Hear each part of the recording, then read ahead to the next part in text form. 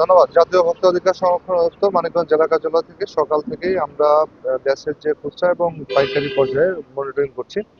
তো আমাদের কাছে বেশ কিছু অভিযোগ ছিল যে ডিলার পর্যায় থেকে যে গ্যাস সিলিন্ডার বিক্রি হচ্ছে কোনো ধরনের পাকা রসিদ তারা সরবরাহ করছে না এবং অধিক দামে বিক্রয় করছে। তো এমন অভিযোগের প্রেক্ষিতেই আমরা এখানে সকাল থেকে ২-৪ ডিলার পয়েন্টে অভিযান চালিয়েছি এবং এই সকল অভিযোগের সত্যতা পেয়েছি যে ডিলার পয়েন্ট থেকে যে গ্যাসটা দেখা যায় তারা কিনে নিয়ে আসছে ১২৯০ থেকে ১৩০০ টাকার মধ্যে কোম্পানি থেকে যে ক্রয় মূল্য, কিন্তু ডিলার পয়েন্ট থেকে সেই গ্যাসটা বিক্রি হচ্ছে বিনা রসিদে ১৫০০ থেকে ১৬৫০ টাকা পর্যন্ত।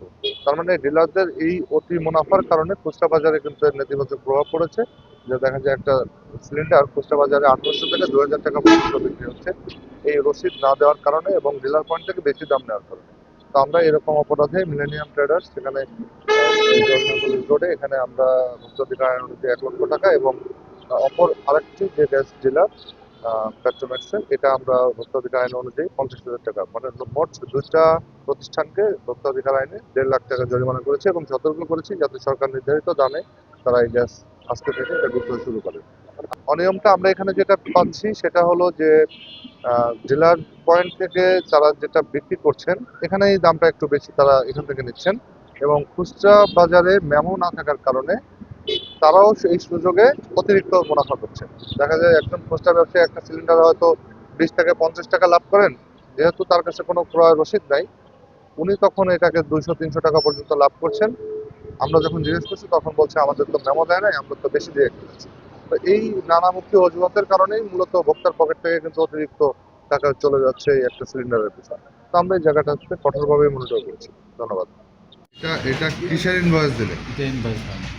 এটা কোনো কোম্পানির ইনভয়েস? আমার যে মালটা কিনা আর কি এই রেটটা। কথা শুনেন, এটা কোনো কোম্পানির ইনভয়েস না, ওই কোম্পানি থেকে সেটা আমার প্যাডে সিঙ্গারের আউটলেট থেকে মানিকগঞ্জের মানে শিকার থেকে মালটা আনি। কথা শুনেন, ইনভয়েস এটা না, এটাকে ইনভয়েস বুঝতে বলে। পারছি আপনার কথা। কোম্পানি মানে আমি যে শিকার থেকে মালটা আনি এই রেটে আমার এই মালটাতে সিঙ্গার থেকে এই রেট এক, তো মালিক তো একই, মালিক আর কি এখন মানে মালিক হলো শিকার থেকে। মালিক সিঙ্গার থেকে। এখন এটা কি টোটাল গ্যাস, তার মানে আমরা কি এটা কোড করবো যে টোটাল গ্যাস ১৬০০ টাকা করে আপনাকে দিচ্ছে?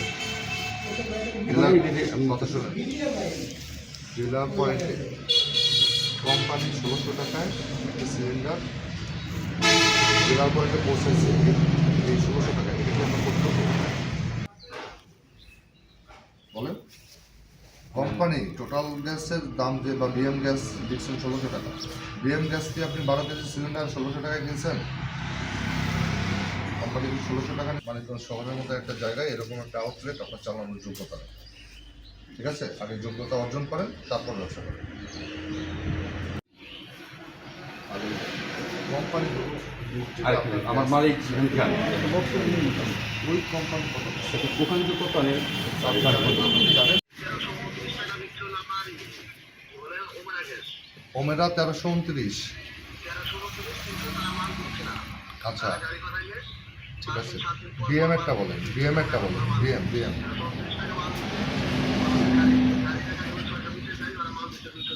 বলছি একটু কম দিচ্ছে। বিএমটা কত দিচ্ছে? বিএম বিএম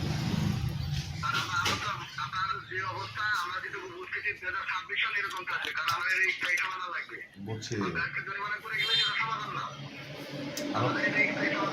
আচ্ছা শোনেন, আমার কথা শুনেন আগে, আমি যেটা জিজ্ঞেস করতেছি যে বিএম গ্যাস যেটা এটা এটা আপনার কত হলো, কোম্পানি কত ধরছিলাম? আচ্ছা ওটার ইনভয়েস এখানে একটাও নাই কেন? এখানে ইনভয়েস থাকে না কেন? এখানের পর কিন্তু আমি যেটা জানতে চাচ্ছি যে এখানে আচ্ছা এটা যা আপনাদের মনে হয় যৌক্তিক, হ্যাঁ, কারণ আপনারা টাকা দেবেন একটা, আপনাকে ইনভয়েস দেবো অন্যটা, না দ্বিতীয়টা হলো অতিরিক্ত দামের বিক্রয়।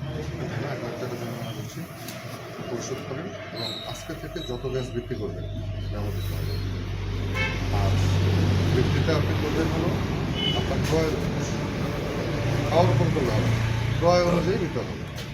ঠিক আছে, সরকার তো দাম নির্ধারণ করে দিচ্ছে, কোম্পানির সাথে আপনারা কথা বলবেন, আপনাদের না পোষাইলে আপনারা